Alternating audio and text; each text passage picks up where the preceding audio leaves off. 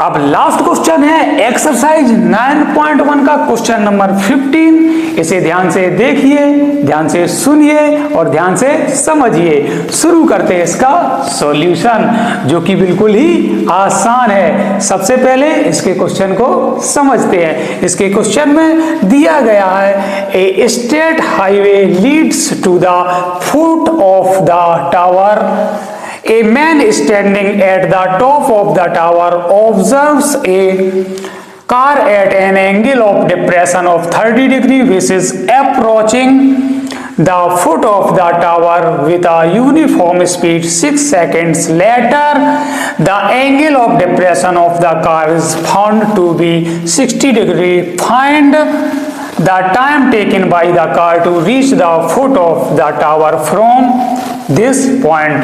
According to this question इसमें कहा गया है एक टावर के टॉप से ऑब्जर्व करता है एक हाईवे पर एक कार पॉइंट ए पर है, तो वहां से जब एंगल ऑफ डिप्रेशन बनता है तो 30 डिग्री बनता है। 6 सेकंड के बाद वो दोबारा उस कार को ऑब्जर्व करता है पॉइंट बी पर, तब एंगल ऑफ एलिवेशन बनता है 60 डिग्री। तो इस क्वेश्चन में हमें फाइंड करना है जब वो कार पॉइंट बी से पॉइंट सी तक पहुंचती है तो कितना टाइम लगेगा, हमें ये फाइंड करना है। अर्थात इसको यूं कहें, पॉइंट बी से सी तक ट्रेवल्ड करने में कार को कितना टाइम लगेगा।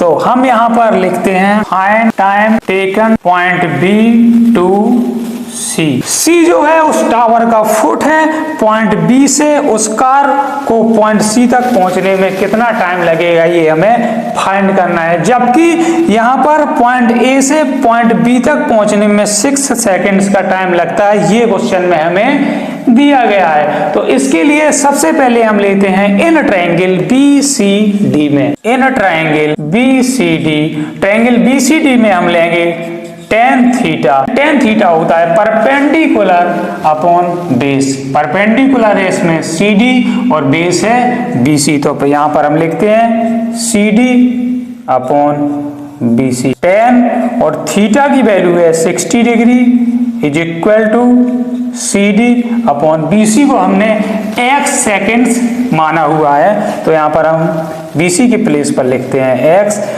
tan 60 की वैल्यू कितनी होती है? √3। आपको याद हो जाए इसलिए हम बार बार वैल्यू को बोलते हैं। तो यहाँ पर हम tan 60 डिग्री की जगह √3 लिखते हैं is equal to CD upon x। अब यहाँ पर √3 के नीचे हम 1 कर लेंगे और क्रॉस मल्टीप्लाई करा देंगे, तो CD इज इक्वल टू हो जाएगा x √3। तो CD हमने फाइंड कर लिया है, जो कि टावर की हाइट है, वो क्या है x √3। अब हम लेते हैं इन ट्रायंगल ACD में। इन ट्रायंगल ACD, ट्रायंगल ACD में भी हम tan थीटा लेंगे। tan थीटा इसके लिए हो जाएगा इसका परपेंडिकुलर CD अपॉन बेस इसका पूरा AC, तो यहाँ पर हम लिख देंगे बेस की प्लेस पर AC। tan थीटा की वैल्यू है इसमें 30 डिग्री, तो हम 30 डिग्री लिख देंगे इज इक्वल टू CD की वैल्यू यहाँ हम फाइंड कर चुके हैं x √3, तो CD की प्लेस पर हम लिखेंगे x √3 और AC पूरी AC की जगह हम लिखेंगे, क्योंकि A से B तक जो टाइम लगता है वो 6 सेकंड लगता है, तो यहाँ 6 सेकंड्स प्लस B से C तक जाने में जो टाइम हमने x सेकंड माना है, तो यहाँ पर A से C तक जाने में जो टाइम लगेगा वो 6 + x, तो हम AC की जगह लिखेंगे यहाँ पर 6 + x। tan 30 डिग्री की वैल्यू कितनी होती है? 1/√3 is equal to x √3 upon 6 + x। अब यहाँ पर हम करेंगे क्रॉस मल्टीप्लाई, तो x √3 का √3 के साथ मल्टीप्लाई होगा तो हो जाएगा 3x इज इक्वल टू यहाँ पर हो जाएगा 6 + x।